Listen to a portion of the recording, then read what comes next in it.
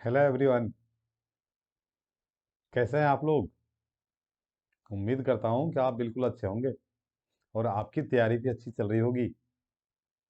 देखिए, इंतजार करने वालों को सिर्फ उतना ही मिलता है जितना कोशिश करने वाले छोड़ देते हैं।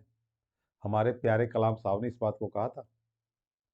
इंतजार करने वालों को सिर्फ उतना ही मिलता है जितना कोशिश करने वाले छोड़ देते हैं।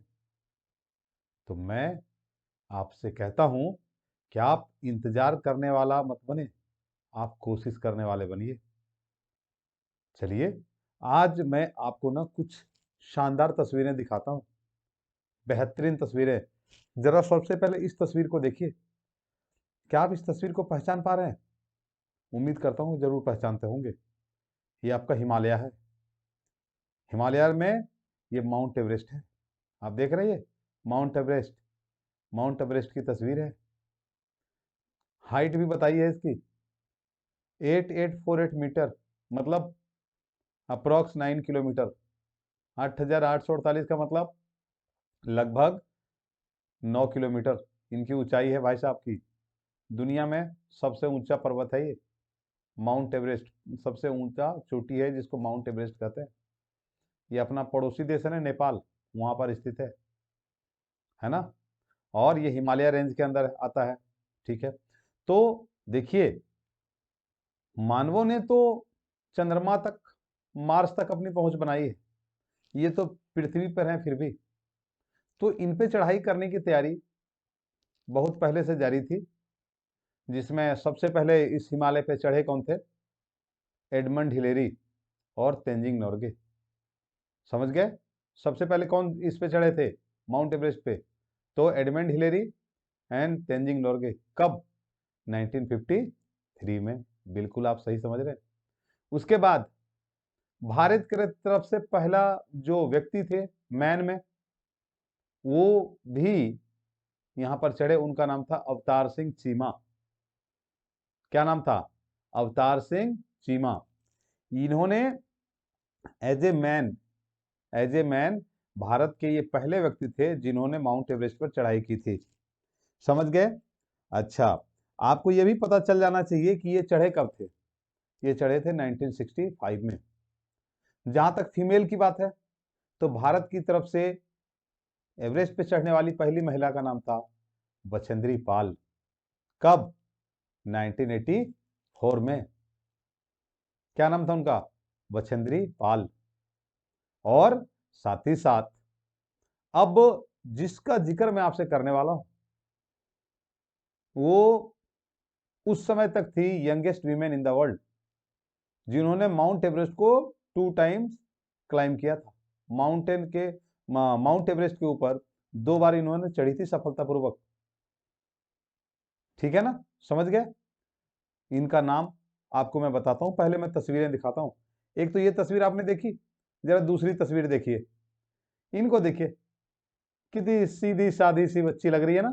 लग रही है ना तस्वीर में? फोटोग्राफ्स को देखिए, कितनी सीधी सादी लग रही है, लेकिन इनके आंखों में देखिए एक चमक है। किसी चीज को पाने की चमक, ललक देखिए इनकी आंखों में। इनके चेहरे पे लिखा है कि मैं कुछ करना चाहती हूँ, मैं जीवन में कुछ ऐसा करना चाहता हूँ कि लोग उससे इंस्पायर हों। अब देखिए, 2 तस्वीरें आपने देखी। तीसरी तस्वीर देखिए।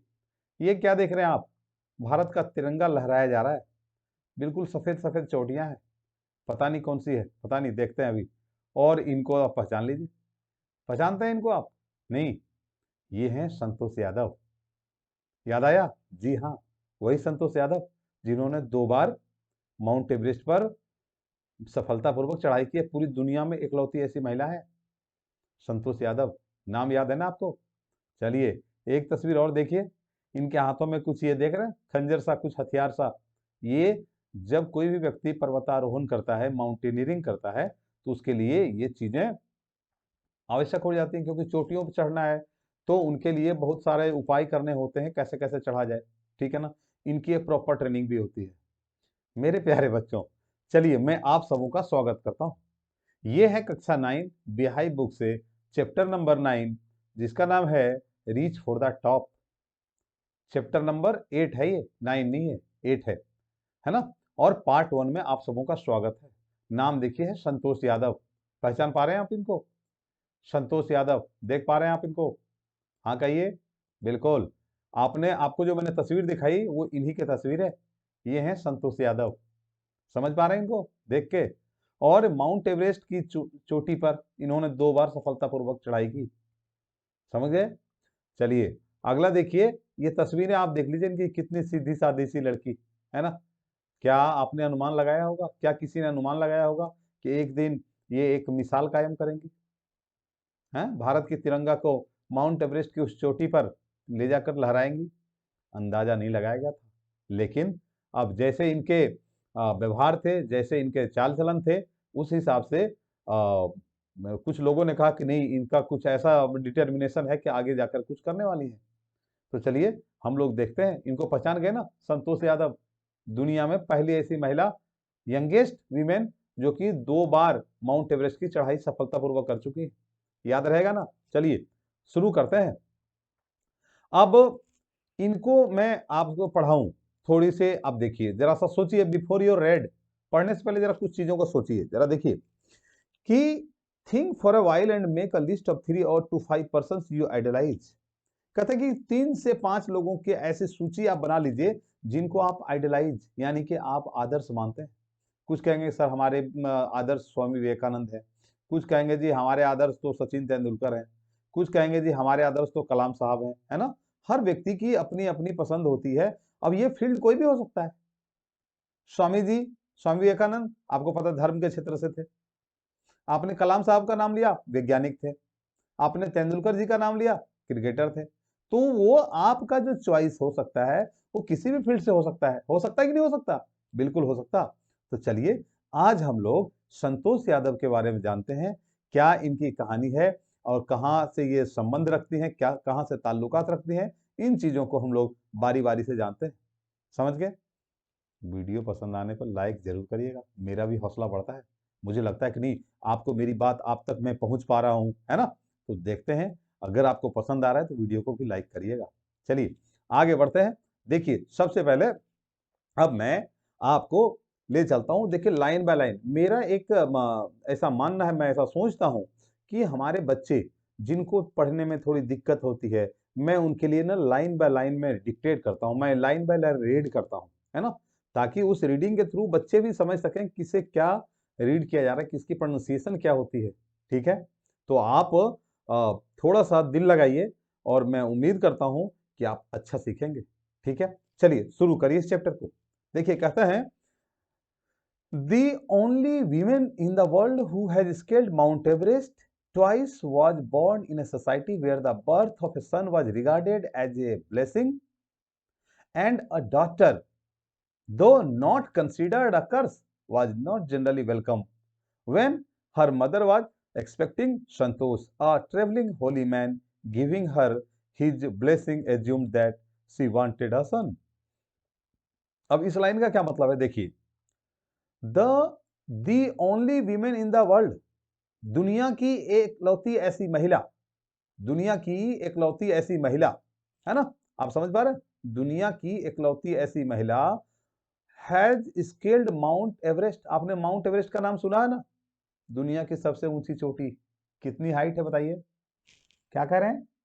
8848 मीटर। बिल्कुल सही कह रहे हैं आप, 8848 मीटर। आप समझ रहे हैं? बिल्कुल, ये माउंट एवरेस्ट की ऊंचाई है। ये कहाँ है? नेपाल में। कहाँ है ये? नेपाल में। नेपाल में किस नाम से जाना जाता है इसे? सागर माथा के नाम से जाना जाता है। किस नाम से जाना जाता है? सागर माथा। बिल्कुल सही कह रहे हैं आप। चलिए देखिए, कहते हैं कि माउंट एवरेस्ट पर सफलतापूर्वक 2 बार, अगर किसी ने सफलतापूर्वक 2 बार माउंट एवरेस्ट की चढ़ाई की है तो संतोष यादव है ना। बॉर्न इन ए सोसाइटी, एक ऐसे समाज में उनका जन्म हुआ where the birth of a son was regarded as a blessing, जहां पर लड़कों का जन्म होना एक ब्लेसिंग माना जाता था। ब्लेसिंग समझते हैं ना, लगता था कि भगवान का आशीर्वाद आ गया है। बट कहते हैं, and a daughter though not considered a considered curse, हालांकि कहते हैं कि as a daughter and a daughter though not considered a curse, एक बेटी का जन्म होना हालांकि कर्स नहीं माना जाता था। कर्स मतलब समझते हैं ना, अभिशाप नहीं माना जाता था, परंतु ऐसा लगता है उनका स्वागत भी नहीं किया जाता था। मैं आपको एक सूचना देता हूं, जेंडर रेशियो में, मेल फीमेल रेशियो में आज भी हरियाणा पीछे है। भारत के सभी राज्यों से हरियाणा आज भी पीछे है। मतलब मैन ज्यादा है, वीमेन कम है। इसके पीछे यही कारण है, स्टीरियोटाइप मानसिकता। ऐसा नहीं होना चाहिए। मतलब महिलाएं हमारी, बेटियां हमारी किसी से कम नहीं है।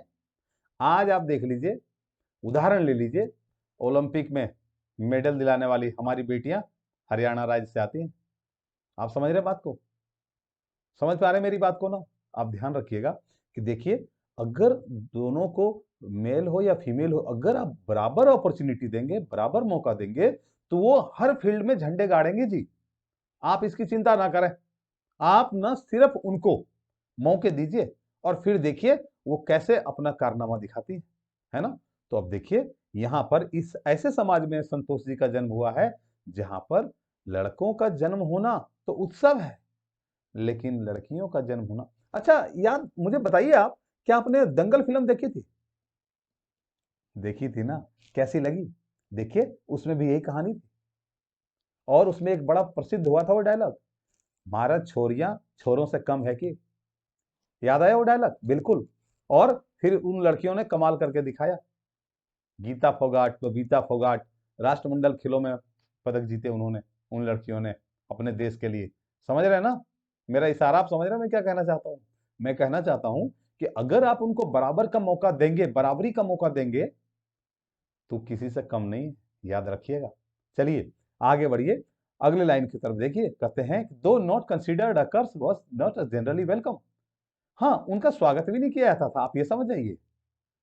हाँ, अभिशाप नहीं थी, लेकिन हाँ, स्वागत भी नहीं होता था उनका।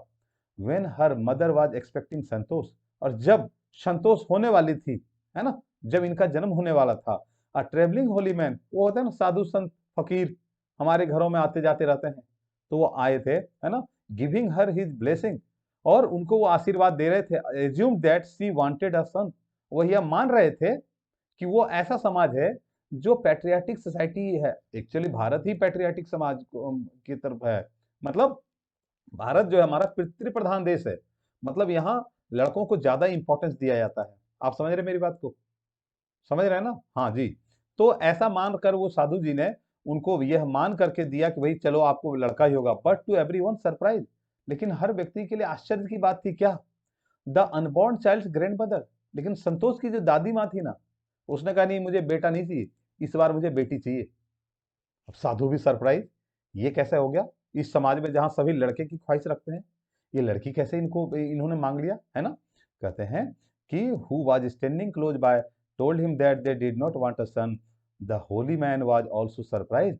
अब वह जो साधु थे वो भी आश्चर्यचकित हो गए, है ना? सरप्राइज का मतलब नेवरदीलेस का मतलब होता फिर भी he gave the requested blessing, फिर भी उन्होंने आशीर्वाद दिया, ठीक है तथास्तु, चलिए लड़की हो जाए आपको, इनको, है ना? And as destiny would have it, और जैसा भाग्य को मंजूर था, the blessing seem to work, ऐसा लगा कि उस साधु जी ने जो आशीर्वाद दिया वो बिल्कुल फलित हुआ, और वो लड़का ना होकर लड़की हुई, और किस रूप में? हमारी संतोष जी का जन्म हुआ। समझ रहे हैं ना संतोष दीदी को? और इनका जन्म हुआ यहाँ पर। Santosh was born the sixth child in a family with 5 sons, और ऐसे परिवार में जहां ऑलरेडी 5 लड़के थे, 5 छोरे पहले से थे, और फिर भी उनकी मदर एक्सपेक्ट कर रही थी कि फिर से छोरा ही होगा। छोरा समझ रहे हैं ना? लड़का ही होगा। लेकिन इस बार वो साधु ने आशीर्वाद दिया और संतोष का जन्म हुआ। सिस्टर, अब देख रहे हैं कितनी सीधी लग रही है ना?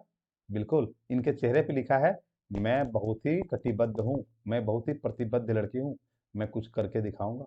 और इनकी मेहनत ने रंग दिखाया 1991-92 में। समझ रहे हैं ना? चलिए आगे देखिए। कहते हैं 5 ब्रदर्स, एक ऐसी बहन जो पांच पांच भाइयों की इकलौती बहन थी। She was born in small village of Joniyawas of Rewari district in Haryana. Haryana के रेवाड़ी डिस्ट्रिक्ट में इनका जन्म हुआ। जरा हम लोग एक बार देख लें हरियाणा कहाँ है। चलिए मैं एक मैप दिखाता हूँ आपको। ये कहाँ पर है? मैप कहाँ पर है क्या कहीं पे? हाँ इधर होगा शायद, मैं थोड़ा सा छोटा कर देता हूँ, आपको मैं दिखाता हूँ।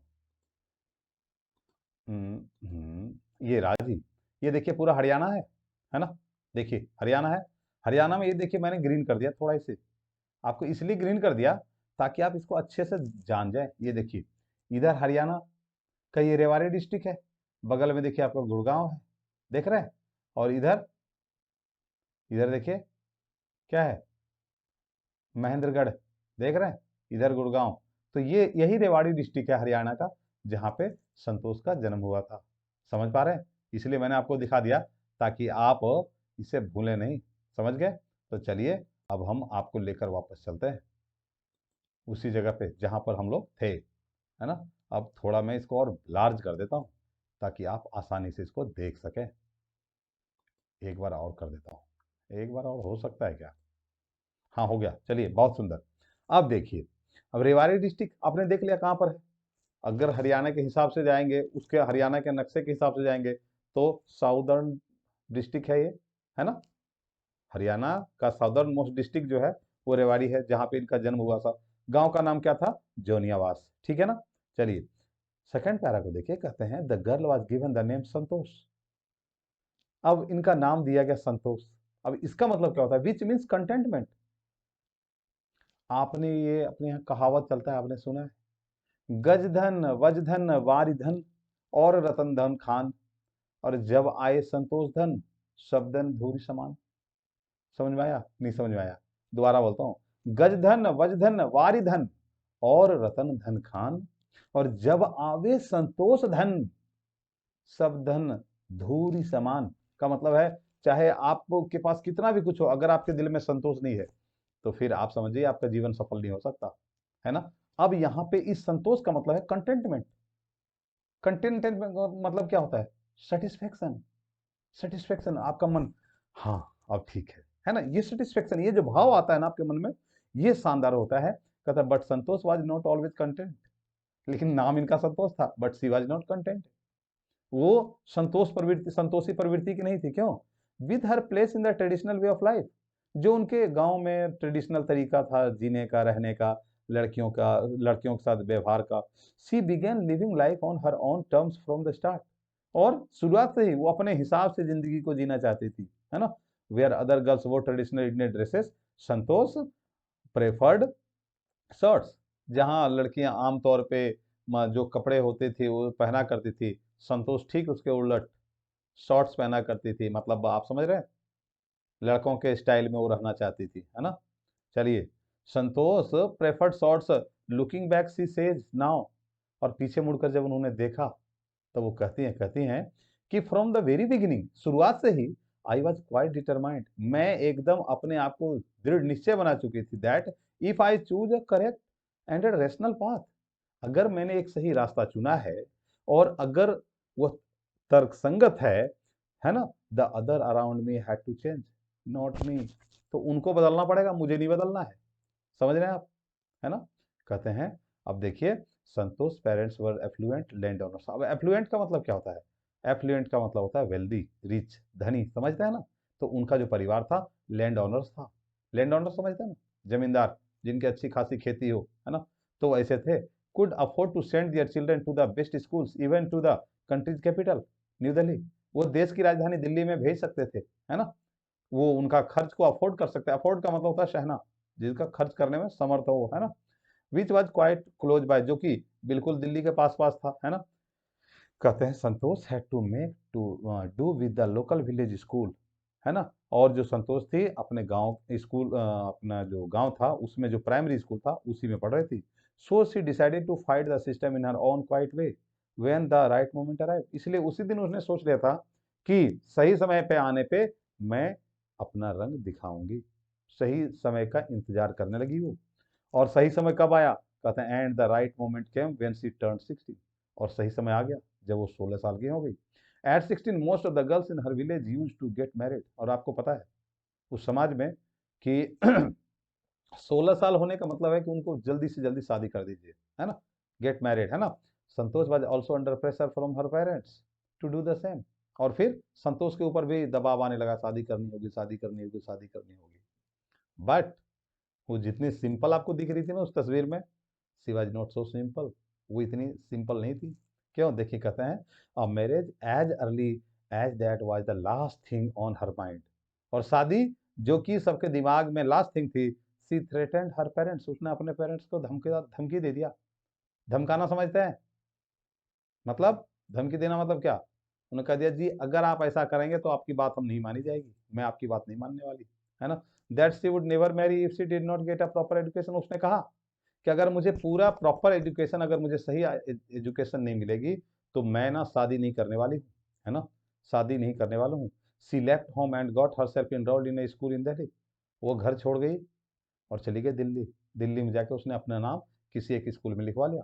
When her parents refuse to pay for her education, और फिर उनके परिवार वालों ने कहा कि जी हम तो आपका तुम्हारा खर्चा नहीं देंगे स्कूल का, तुम्हारी फीस वीस नहीं भरेंगे हम।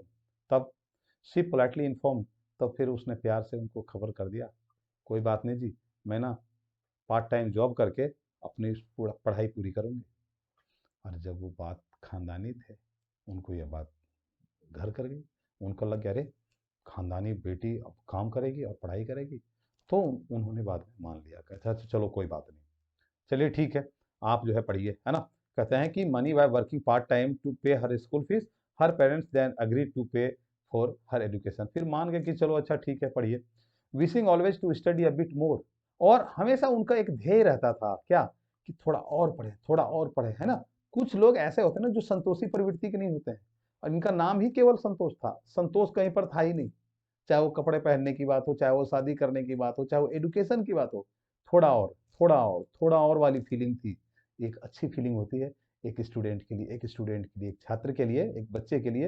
ये बहुत आवश्यक है कि आप अधिक से अधिक बार बार हर बार सोचिए मैं कहाँ से ज्ञान ले लूँ, क्या प्राप्त कर लूँ अपने जीवन में, कैसे मैं अपने आप को बहुत अच्छा बना सकता हूँ, है ना। ये बहुत आवश्यक है। आप संतोष अगर हो जाएंगे, अगर आपको संतोष हो जाएगा तो आपका जीवन ठहर जाएगा। इसीलिए आप आगे बढ़ने के लिए हर हमेशा कोशिश करते रहिए। With her father slowly getting use to her urge for more education. और फिर आपको पता है लड़कियां अपने पिता के बहुत करीब होती हैं, इसलिए उसने अपने पापा को पटा लिया, और पापा उनकी हर बात मानने लगे, मुझे एजुकेशन दिलाइए, मुझे एजुकेशन दिलाइए, है ना। तो धीरे धीरे धीरे धीरे वह जो है अपने पापा से क्लोज होती गई। And Santosh pass the high school examination and went to Jaipur. और स्कूलिंग पास होने के बाद वो चली गई जयपुर। क्यों? सी ज्वाइंट महारानी college and got a room in Kasturba hostel. और महारानी कॉलेज में आके एडमिशन करा लिया उन्होंने अपना, महारानी कॉलेज में। अब क्वेश्चन यहाँ ऑब्जेक्टिव आ सकता है, ध्यान रखिएगा, कौन से कॉलेज में एडमिशन हुआ जयपुर में? तो महारानी कॉलेज में। And got a room in Kasturba hostel, और हॉस्टल में उनको कमरा भी मिल गया। कौन सा हॉस्टल था? कस्तूरबा हॉस्टल, ठीक है ना। संतोष रिमेंबर्स, कस्तूरबा समझ रहे हैं ना, कस्तूरबा गांधी विद्यालय। आप में से बहुत सारे बच्चे कस्तूरबा गांधी विद्यालय में पढ़ रहे हैं, जहाँ पर स्पेशली लड़कियों के एडुकेशन को बढ़ावा देने के लिए, उनकी फैसिलिटी को ये करने के लिए सरकार उनके ऊपर प्रॉपर केयर करती है। आप समझ रहे हैं मेरी बात को? बिल्कुल समझते होंगे, आप अच्छे बच्चे हैं और ध्यान दे रहे हैं। वीडियो पसंद आ रहा है लाइक भी कर सकते हैं, क्योंकि उससे मेरा भी हौसला बढ़ता है। आगे बढ़िए। संतोष रिमेंबर्स कस्तूरबा हॉस्टल्स फेस्ड, है ना, फेस्ड द अरावली हिल्स। और यहाँ पे संतोष ने क्या देखा कि वो याद करती हैं और बताती हैं कि कस्तूरबा हॉस्टल जो था, इस प्रकार से उसकी बनावट थी कि वो अरावली हिल्स को फेस करती थी। समझ गया ना, किस हिल को? अरावली हिल्स को, ठीक है ना। कहते हैं I use to watch villager from my room, और मैं अपने रूम से ही देखा करती थी, जो गांव वाले लोग थे वो जाते थे going up the hill and suddenly vanishing after a while. और थोड़ी दूर ऊपर चढ़ते तो अचानक हरा के नीचे आ जाते थे वो, है ना, नीचे गिर जाते थे। One day I decided to check it out myself. एक दिन संतोष कहती है कि मैंने निर्णय कर लिया कि मैं खुद से जाकर एक बार चेक करके देखती हूँ कि क्या स्थिति है। And I found nobody except a few mountaineers. और मैंने जाकर देखा कोई भी नहीं था वहाँ, सिवा कुछ पर्वतारोही के। पर्वतारोही समझते हैं ना, जो पर्वतारोहण का काम करते हैं, माउंटेनियर्स उसको कहते हैं। समझ गए? तो देखिए, टू प्लीजेंट सरप्राइज मैंने if I ask if I could join them. और जब संतोष कहते हैं मैंने उनसे पूछा कि क्या मैं आपको ज्वाइन कर सकती हूँ, टू माई प्लीजेंट सरप्राइज, जब मेरे खुशी का आश्चर्य का ठिकाना नहीं रहा, they answered in the affirmative. उन्होंने कहा yes why not, do come please, आइए ज्वाइन करिए हम लोगों को, है ना। And motivated me to take the to climbing. और हम लोगों को उन्होंने मुझे मोटिवेट भी किया। मोटिवेट करना मतलब होता है बढ़ावा देना। उन्होंने मुझे हौसला भी दिया कि नहीं आप जो है क्लाइंबिंग के लिए बढ़िए। Then there was no looking back for the determined young girl, और उसके बाद यह लड़की जो थी फिर मुड़ कर न देखी। कौन सी लड़की की बात कर रहा हूँ मैं? बिल्कुल सही कह रहे हैं आप, मैं संतोष की बात कर रहा हूँ। Santosh Yadav, जोनियावास, Rewari district, from Haryana. हरियाणा समझते हैं ना? हरियाणा के लड़के और लड़कियां खेलों में बहुत आगे होते हैं, है ना? होते हैं कि नहीं होते हैं? मुझे लगता है आपको भी थोड़ा सोचना चाहिए इसके बारे में। She saved money and enrolled in course eight Uttarkashi Nehru institute of mountaineering, और उनको जो पैसे मिलते थे संतोष को, उस पैसे को बचा बचा के उसने क्या किया? उन्होंने ये किया कि उन्होंने अपना एडमिशन करा लिया उत्तरकाशी में। नेहरू इंस्टीट्यूट ऑफ माउंटेनियरिंग था, नेहरू इंस्टीट्यूट ऑफ माउंटेनियरिंग, और वहाँ एडमिशन कराने। My college semester in Jaipur was to end in April, और बताते हैं अपने जीवन की उस घटना को कि उनका जो कॉलेज था खत्म होने वाला था अप्रैल, अप्रैल में एंड में, है ना? लेकिन वो क्या हो गया? वो खिंच गया। कहाँ चला गया वो चला गया मई तक चला गया, 19 ऑफ मई तक चला गया। जिसको अप्रैल में खत्म होना था 19 मई तक चल गया एंड चला गया।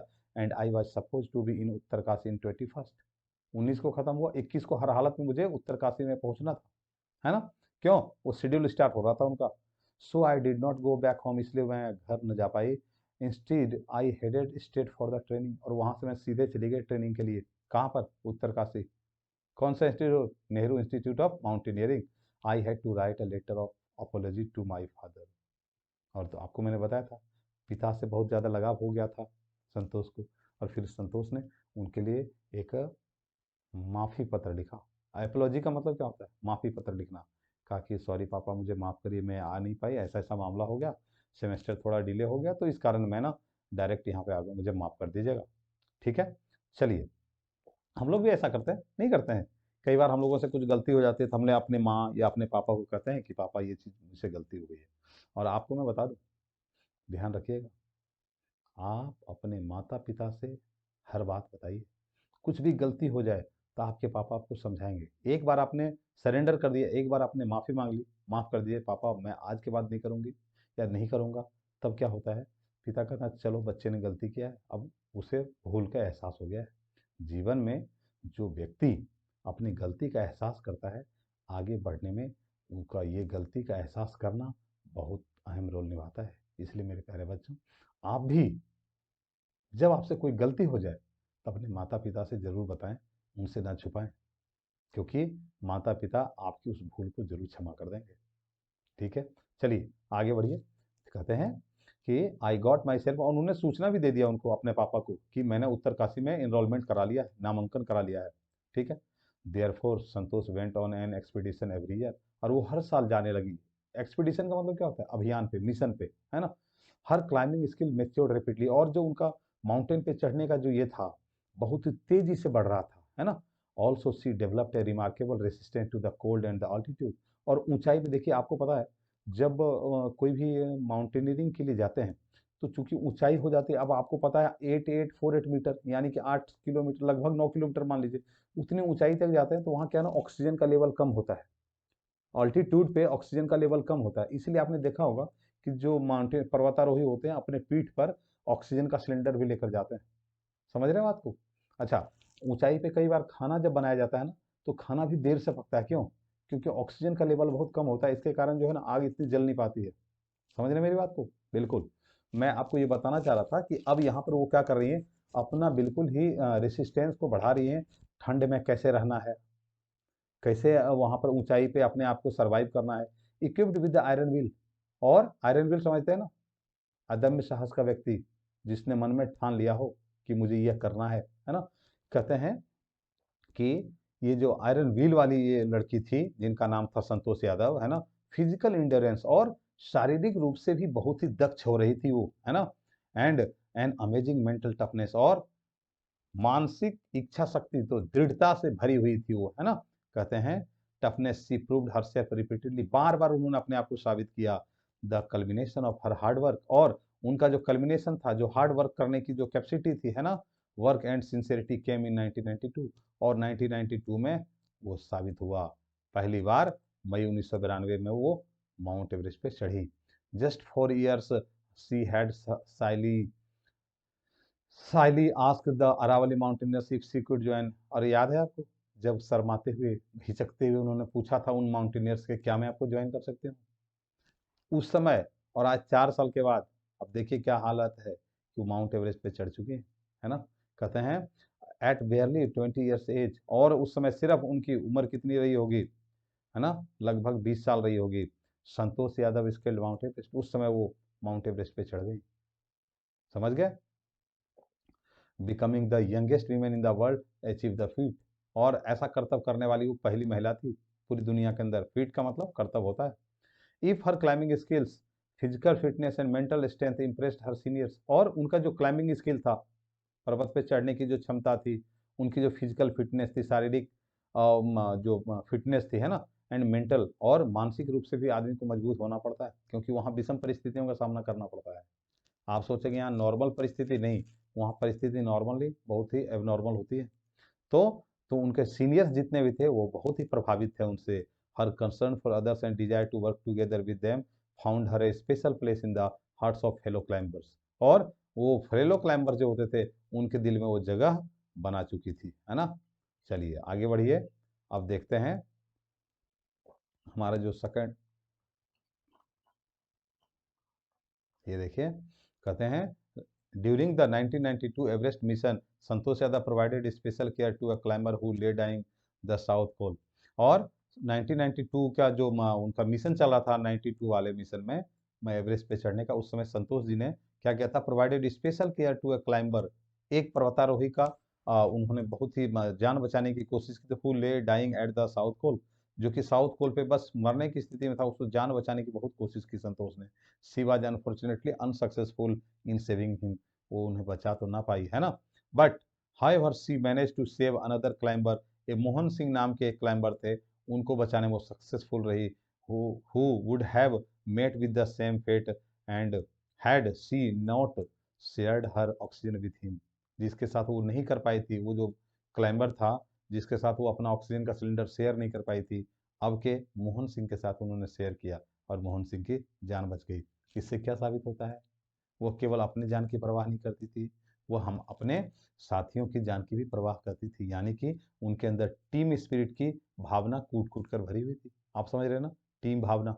चलिए बहुत बढ़िया, आप बहुत अच्छा सुन रहे हैं यार, मुझे बहुत अच्छा लग रहा है ना, इसलिए मैं भी तो बोर नहीं होता।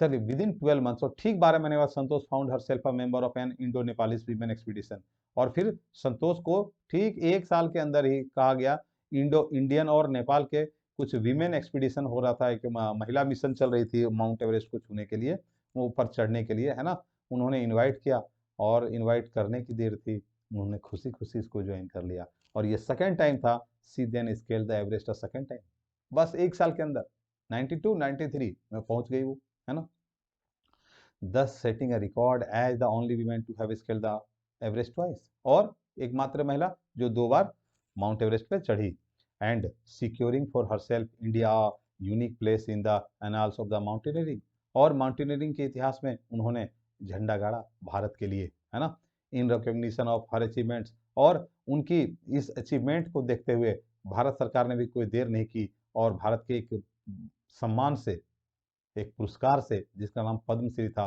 उनको अवार्ड किया गया, उनको नवाजा गया, उनके कार्य की सराहना की गई इस रूप में, है ना, and describing her feelings when she was literally on top of the world, और जब वो इस बात की कहती हैं, है ना, अपनी फीलिंग, अपनी भावना को बताती हैं, she was literally on the top of the world, वो दुनिया के सबसे ऊंची चोटी पर पहुंची थी, संतोष आई सेड, उन्होंने कहा, it took some time for the enormity of the moment to sink in, then I unfold the Indian tricolour and held it aloft on the roof of the world, और फिर कहती हैं कि मैंने इंडियन ट्राइकलर को, इन भारतीय तिरंगा को, आपने देखा ना वो तस्वीर मैंने आपको पहले दिखाई थी चैप्टर स्टार्ट करने से पहले, देखना चाहेंगे क्या, देख लीजिए, कोई दिक्कत नहीं है, देख लीजिए इस बार को, ये देखिए, ये तिरंगा लहरा रही है, देख पा रहे हैं आप, यस, यहाँ पे इन्होंने तिरंगा लहराया, और ये दुनिया की सबसे ऊंची चोटी है, आपको पता है ना, यहाँ पे तिरंगा लहराया, गर्व से सीना चौड़ा हुआ हम लोगों का, आपका हुआ कि नहीं, जरूर हुआ होगा।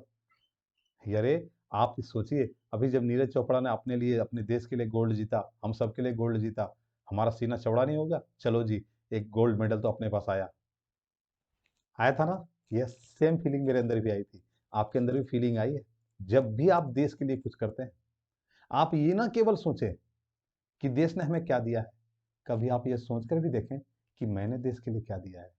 जब देश हित में आप कोई काम करते हैं, आपको बहुत ही अच्छा लगता है। और देश हित को छोड़िए, आप किसी एक व्यक्ति की मदद करके देखिए, आपके दिल में बहुत ही संतोष महसूस होगा। आपको लगेगा चलो आज मैंने किसी की मदद की है। महसूस करते हैं कि नहीं? अगर नहीं करते हैं, किसी की मदद करके देखिए और वो एक्सपीरियंस मुझे बताइएगा कमेंट करके। हाँ सर, अच्छा लगा, नहीं लगा, आप बताइएगा। लेकिन मैं अपना अनुभव बताता हूँ, जब जब मैंने किसी की मदद की है तो मुझे बहुत ही संतोष प्राप्त हुआ। लगा आह, चलो आज मैंने किसी के लिए कुछ तो किया, है ना। तो ये हमें सोचने की जरूरत है ना। और लास्ट लाइन देखिए क्या कहते हैं, है ना, कि अब वो कहते हैं कि मैंने तिरंगा, भारतीय तिरंगा को लहरा दिया था वहां पर दुनिया के रूफ ऑफ द वर्ल्ड, दुनिया की सबसे ऊंची चोटी पे, है ना। द फीलिंग इज इनडिस्क्राइबेबल, और उसको वर्णन नहीं किया जा सकता। जो फीलिंग अंदर से आती है ना एक अच्छा करने का, उसका कोई मेजरमेंट तो है नहीं, कोई पैमाना तो है नहीं जिसे आप नाप लेंगे उसे, है कि नहीं? नाप नहीं सकते उसे, ये महसूस किया जा सकता है केवल, है ना। The Indian flag was flying on the top of the world, और भारतीय तिरंगा दुनिया के सबसे ऊंची चोटी पे लहरा रहा था, है ना। कहते हैं it was truly a spiritual moment, और एक एकदम अंदर से आने वाली फीलिंग जो स्पिरिचुअल जो होती है, आध्यात्मिक, एक क्षण आ गया था अंदर, एक ऐसी फीलिंग आ गई थी मन में, जैसे बहुत ही आत्म संतुष्टि हो रही हो कि एक अच्छा काम करने का ये था। I felt proud as an Indian, और भारतीय होने का गर्व हम सबको है। उनको विशेष रूप से इसलिए हुआ क्योंकि उन्होंने दुनिया की एक चोटी पे अपने झंडे को लहराया था, है ना। और लास्ट लाइन देखिए, ऑल्सो अ फर्वेंट इन्वायरमेंटलिस्ट, है ना। फर्वेंट का मतलब होता है उत्कट, उत्कट का मतलब होता है कठिन इच्छा वाला, शक्ति वाला व्यक्ति, है ना। वो तो थी, क्योंकि जब व्यक्ति 2 बार माउंट एवरेस्ट पे चढ़ सकता है तो आप अंदाजा लगाइए उसके अंदर साधारण तो प्रतिभा नहीं होगी, असाधारण प्रतिभा है। इन्वायरमेंटलिस्ट किसको कहते हैं? पर्यावरणविद, है ना। Santosh collected and brought down 500 kilogram of garbage from the Himalaya. अब देखिए कितनी हिम्मत थी, 500 किलोग्राम वहां से गार्बेज, समझते हैं ना, कूड़ा, कूड़ा वहां जो फेंका हुआ था उसको लेकर के 500 किलोग्राम नीचे लेते चली आई। इससे आपको अंदाजा लग गया होगा कि वो कितनी ही अपने पर्यावरण को चाहने वाली व्यक्ति थी। उम्मीद करता हूँ आपको ये कहानी समझ में आ गया होगा, और अगर आपको समझ में आ गया है तो आप लाइक ज़रूर करिएगा। और मैं आपसे एक चीज़ और वही दिखा देना चाहता हूँ कि मैंने ना थोड़ा सा आपके लिए ना कुछ वर्ड मीनिंग भी मैंने लिख रखे हैं, आप इसको देख सकते हैं। ये देखिए, स्केल्ड का मतलब होता है क्लाइम करना, चढ़ जाना, है ना। कंटेंटमेंट का मतलब होता है हैप्पीनेस। डिटरमाइंड तो सेट ऑन, है ना। रैशनल का मतलब क्या होता है? लॉजिक, है ना। एफ्लुएंट का मतलब होता है वेल्दी या रिच, है ना। और थ्रिटेंड का मतलब होता है प्रेशराइज करना, मतलब प्रेशर में लाना किसी को। एपोलॉजी का मतलब होता है माफीनामा मांगना, है ना। एक्सपेडिशन मतलब होता है किसी मिशन पे जाना या जर्नी पे जाना, है ना। और फिजिकल का मतलब, एंडोरेंस का मतलब एबिलिटी, करेज यानी कि साहस, है ना। शाइली का मतलब होता है बैसफुली, है ना। और एनाल्स का मतलब होता है रिकॉर्ड, दर्ज कराना। तो आप इसको भी देख सकते हैं, है ना। उम्मीद करता हूँ कि आपको ये कहानी समझ में आ गई होगी। और तो इसी के साथ मैं आपसे विदा लेता हूँ, और इस वादे के साथ कि मैं अगले वीडियो में जल्द ही आपके साथ मिलने वाला हूँ। तब तक के लिए जय हिंद।